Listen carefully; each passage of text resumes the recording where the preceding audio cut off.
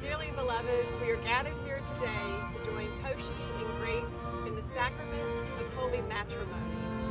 If anyone can show just cause why this couple should not be lawfully wedded, may you bark now or forever hold your peace. Do you, Toshi, take amazing Grace to be your lawfully wedded wife, to play together? My name is Darcy Mitchell, and this is my little Yorkie, Millie LaRue. I live in South Carolina, and we come up to New York City about every 2 or 3 months just to go to different dog events and see all of our friends up here. I don't think anything that I do with Princess is over the top. I think it's everything the princess is deserving of as a royal princess. Princess has had swimming lessons, horseback riding. I think all of that is crazy. Everything that I own goes to Princess upon my death. I have taken my dachshunds on all of my excavations. They have not been very good when we have found bones. Efrosini would like you to notice her aristocratic profile. I am going to be getting Brutus neutered. I'm going to have a man-made testicle replacement installed at the same time as the neutering to have him retain the natural look. Not everyone's on board with what I'm doing. My wife, who works at a surgery center, she would rather just have them gone. My dog, although she died, she was still alive, just in another dimension. And in time, she would be back to me when I most needed her. And it all happened. When I picked up Elvis, my whole life changed. When he was 1 year and 10 months, in dog years, that's 13. So I decided to make him a bark mitzvah. My name is Brent Atwater, and this is my dog, Friend. He changed my life.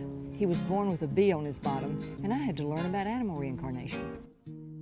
Jason and I weren't able to have children of our own, so she has been the little fur baby for me that filled my heart and that I really needed.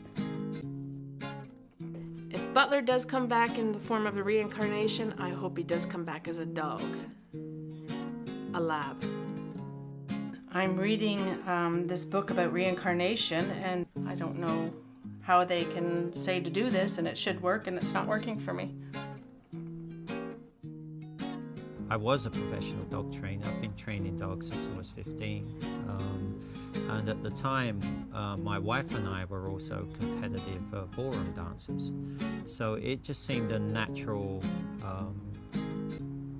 meld there to try and do something that incorporated both things. So at this point, I'm directing a show with 20 dogs on the stage. So I just want you to keep yours up to match that, okay? Before I got Millie, I never dressed dogs in clothes. I actually didn't even like dogs in clothes. That is adorable. Now this would be perfect for the beach. Yeah, that would be. So it started off with about 2 or 3 little dresses, and it has turned into hundreds of dresses she has now. Obviously she can't tell which outfit is on her, but I can tell. So it makes me happy. Right? Okay. Good job. Princess wears anywhere between 5 and 8 outfits a day. This is her tea dress. And we're going to put a tea hat on, too. We change outfits quite frequently. Like later on this evening, if we go to the park, she'll put on a jogging suit. Or if we go out for dinner, she'll put on a skirt and blouse, depending on what we decide to do. I sew between 20 and 30 outfits every day. But for Princess, her entire wardrobe in a year would never cost me more than $300. What makes this dress so special is that it's one of her pricier pieces at $150. So maybe not something for everyone, but Bella certainly deserves it. There is no dollar value. because we love her so much.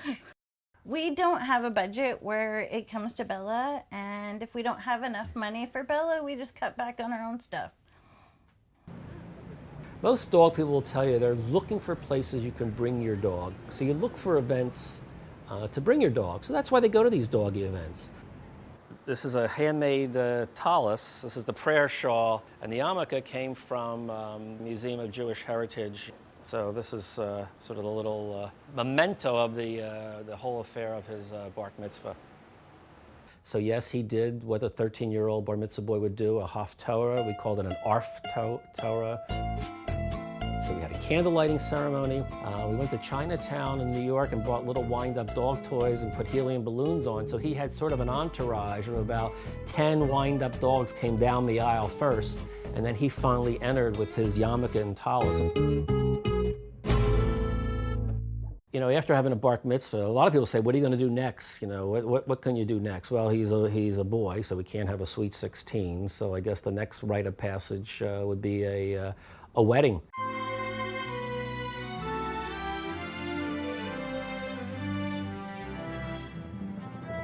Oh, the wedding that we attended yesterday was great. It was a setting that any human would have been happy to have gotten married there. So sometimes, you know, the other people who are witnessing these type of events, they're not even sure if it's for dogs or humans, because we really treat our dogs as if they're humans.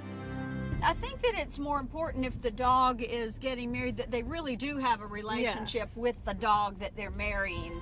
I have been to weddings before, these dog weddings before, where it's almost like it's a fake ceremony, that they really don't have a relationship. I give you this doggy pin as a token and pledge, of our constant faith and abiding love. We don't always attend things like that. Sometimes we just we'll just have a party or something, and we just want to take our dogs. With this pin, I be wed.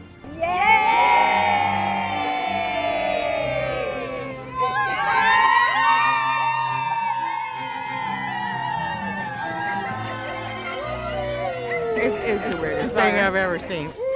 You're not going to believe what we saw in New York at Central Park. Millie does not have a boyfriend, and she doesn't plan on getting married anytime soon. I don't know that Millie will ever get married. Oh, Princess and I have a routine of getting up in the morning, having prayer, eating breakfast, taking showers, going for a walk. We have a morning meeting during breakfast, and we talk about what we want to do. And fortunately, in that time that I got Princess, I was going through a lot of trials in my life and needed someone to be close to, and she filled that void, and we took care of each other. Stay. Uh-oh, Princess, what am I doing? Okay, wait, I got you. I'm sorry. I'm a retired nationally awarded educator from the city of Chicago. The job brought me such excessive stress that I had several strokes and seizures as a result of the stroke, and Princess became my service animal. Within 15 minutes of having a major stroke, she can let me know that I'm about to have a seizure. Ready for your cologne? She trained herself instinctively, but to have it done legitimately, a friend of mine who trained animals trained her for me to make sure that she was trained properly according to the service animals training. Remember, don't stare at other people's dogs. It's not helpful to the dog. It puts the dogs way under pressure. So it's okay to look towards their direction, but don't look in their eyes. It makes them worry, basically. They think they've done something wrong. Out! I'm a professional dog trainer, but I like to incorporate dog training as a performance art. So at this point I'm directing a show with 20 dogs on the stage. And it just incorporates the elements of dance, dog training and protection training all on the same hour and a half. If you're not sure what to do, make a good guess on what your character would be doing at that particular time. If you're overdoing it, I'll tell you. The concept of dogs dancing, when it first came out, I mean, it was, as a guy, I was the only guy. And for other guys to say that, well, there's this guy going around dancing with his dog was I mean, it was just ridiculous to people. I don't really say anything to the naysayers. Either you're a person who enjoys to do things with your dogs or you're not. I have met some of the most wonderful people through Millie that I would have never have met any other way.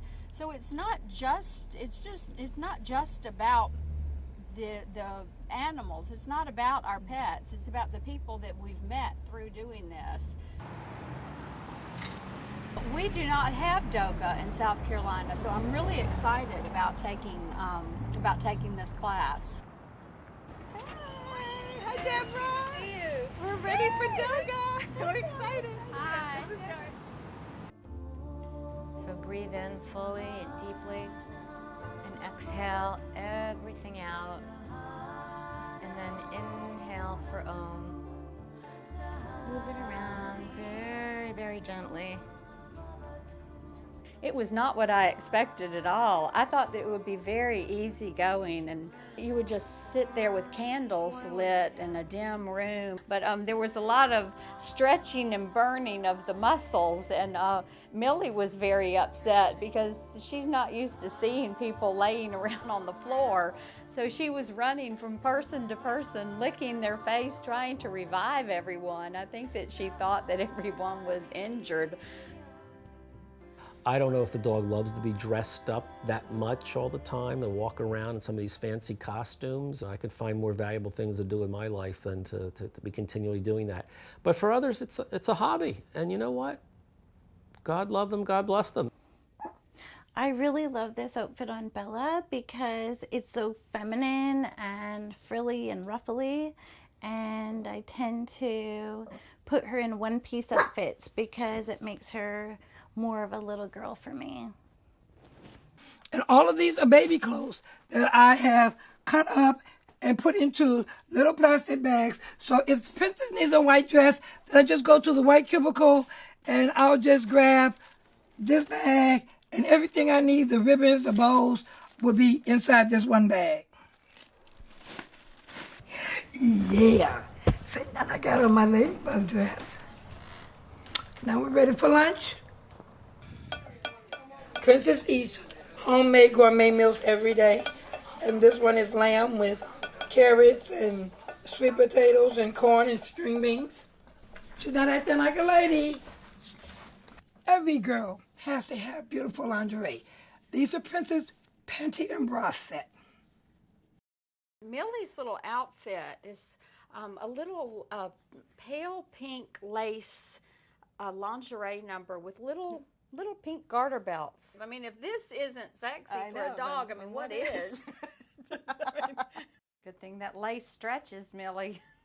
We're going to the PJ and Paws party where the humans and the dogs wear PJs, and we're very excited to show off our matching lingerie. Boys call you sexy, and you don't care what they say. You see every time you turn around, they screaming your name. Boys call you sexy, and you don't care what they say. My friends in South Carolina, they don't dress their dogs, so they don't really understand this whole concept of the dog dressing thing. I don't tell them everything about Millie. It's almost too much for some people. This is one of those things we won't tell Daddy about. I don't really understand why people have to get so upset because we want to enjoy an activity with our own dogs. Let us enjoy our own dogs in our own way. Come on, let's go buy some dog clothes. Come on. I adore Millie and Millie adores me. Millie. Hey, Millie. Well, this isn't looking good.